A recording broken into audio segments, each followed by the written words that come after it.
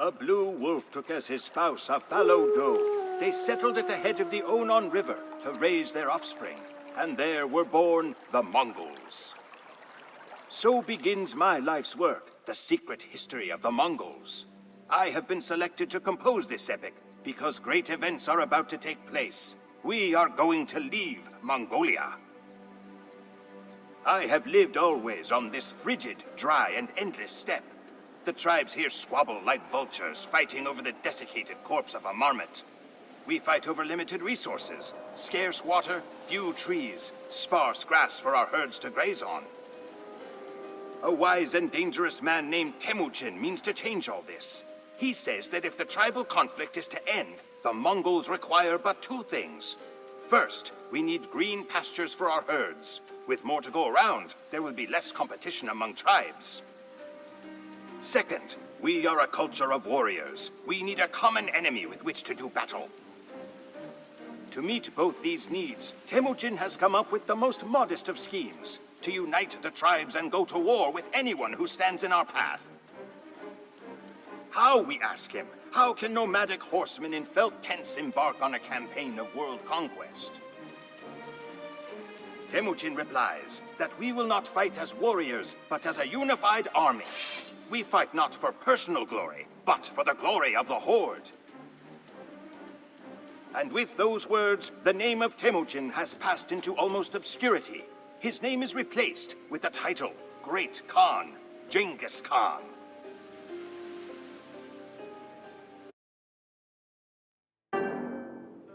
Nearly all of the Mongol tribes have united under the Great Khan. The chieftains of those tribes reluctant to join were boiled alive.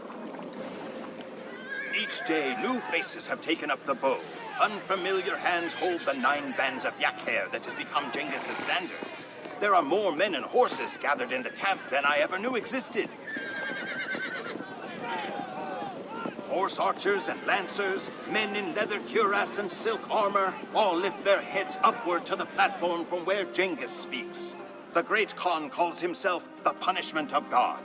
Men smile like hungry wolves. It is dawn on the first day of the Mongol Empire.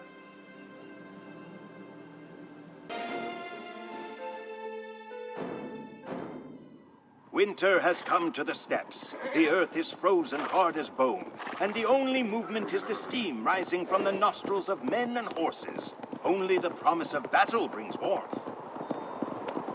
Nearly all of the tribes in Mongolia now answer to Genghis Khan, but with success comes enemies. A man named Kushluk has challenged Genghis's right to rule. Kushluk sows discord among the Karakai Khanate and means to have himself proclaimed as a rival Khan. Genghis cannot allow these transgressions to go unpunished. He needs to set an example. So we ride west to find and slay Kushluk. If the Karakai shelter him, then their lives are forfeit as well.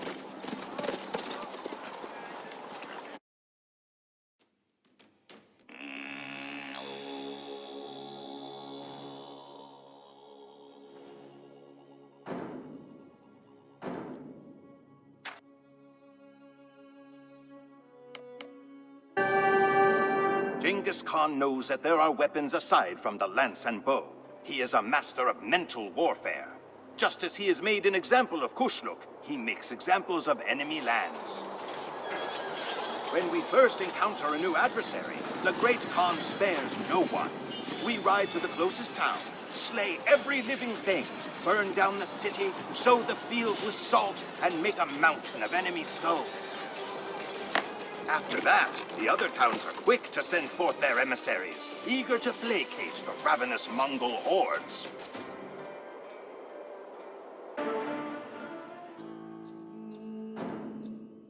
Now, all of Mongolia is in the grasp of Genghis Khan. Beyond are two vast empires, China to the east and Persia to the west. Persia is the sensible choice of battle, since it separates us from the rich forage pastures in Europe. But first, Genghis Khan has another score to settle. After witnessing the power of our cavalry in action, the Chinese spoke of nothing but peace. They even promised support for our campaign westward. But now that we have turned away from China, they have decided not to deliver the men and arms they promised Genghis. It is time for another demonstration.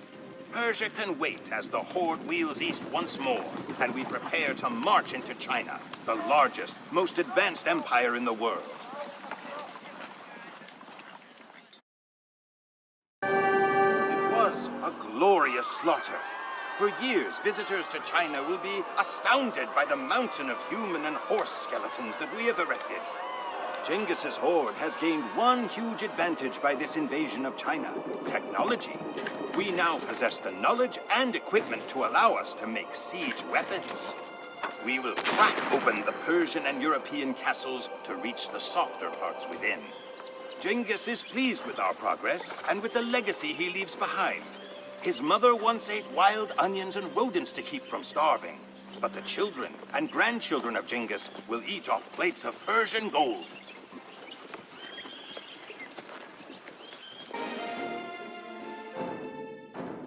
Sleep in the saddle, drink the rain, eat nothing but dried meat, dried milk, and horse blood. Such is the life of a Mongol at war. At night, we are rewarded with fermented yak's milk and the promise of Persian treasures. Driven on by the words of the great Khan, we have crossed miles of the Asian continent at full gallop. Before us lies the vast empire of Persia. The Khwarezm Shah will be given one chance to submit, and then his cities will be pulled down brick by brick. But not all of us head into Persia. Genghis has sent Soboutai Batur of the reindeer people north into Russia. The Russian principalities are disorganized, and Genghis hopes that Soboutai can break them one by one. Then the Horde will rule all of Asia.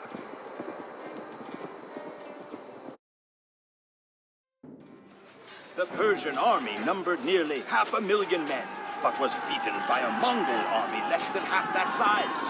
The governors of outlying cities were executed by pouring molten silver into their eyes and throats. The capital city of Samarkand, which was expected to withstand our siege for a full year, fell in 5 days. Separate mountains were made of the skulls of men, women, children, horses, dogs, and cats. We roamed the streets in wonder at the opulence of the Persians, drinking at their fountains and gorging ourselves on sherbet and tropical fruit. For a man born in a tent, it seemed as if Genghis Khan had torn open the gates to heaven itself. Russia and Mesopotamia were now ours to command. The empire now stretched over 7,000 miles, from the Pacific Ocean to the Black Sea. We were about to enter Europe when tragedy struck.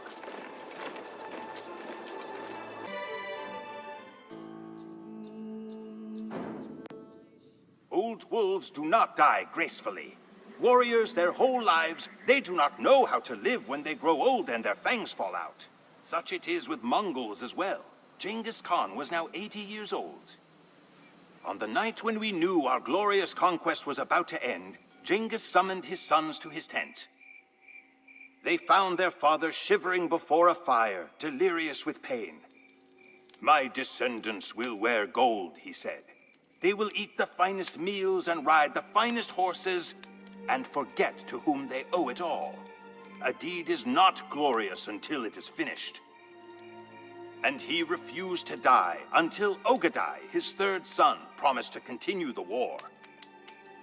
Ogedei emerged from the tent, carrying his father's bow, and declared, "This storm is not yet finished. I hear the sound of lightning, and it strikes in Poland." The church bells rang in Europe when they saw our hordes pouring out of the mountains. The armies of Bohemia and Germany hastened to Poland's defense. To them, our army might have been from the underworld itself, still commanded by the shade of the great Khan.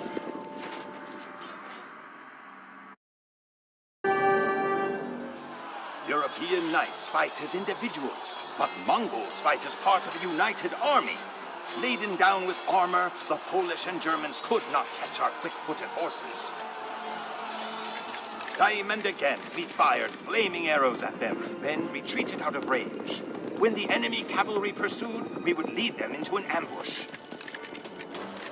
The ambush was always announced by the Nakara, a huge drum carried into battle on a camel. 100 times has the Nakara sounded on this day. We were ordered to cut off an ear of every victim. 9 large sacks of ears were sent back to Ogedei Khan.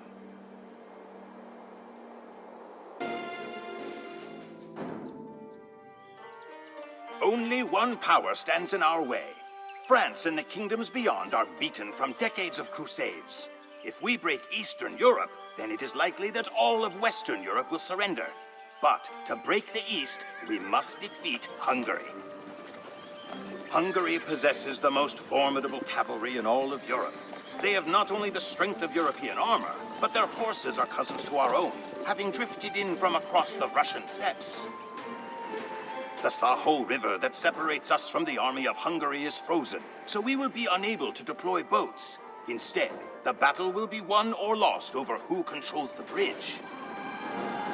Subotai is coming with reinforcements. If we can survive the charge of the Hungarian knights until Subotai arrives, then we can hope to take the bridge. Much rests on this simple bridge. If we capture the Saho crossing, we capture Hungary. If Hungary falls, so falls Europe. With Europe and Asia under Mongol control, our conquest of the world will be complete and final.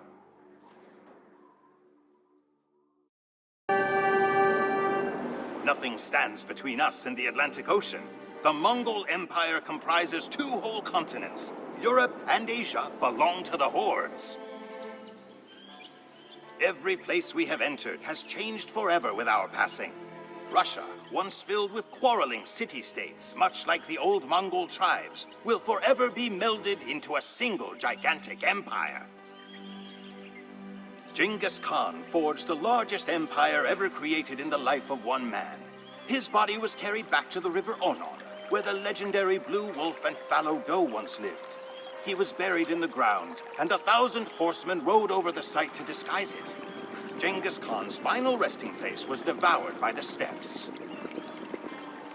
My people cherish the legend that their great ruler will one day return to lead his horsemen to another bloody victory.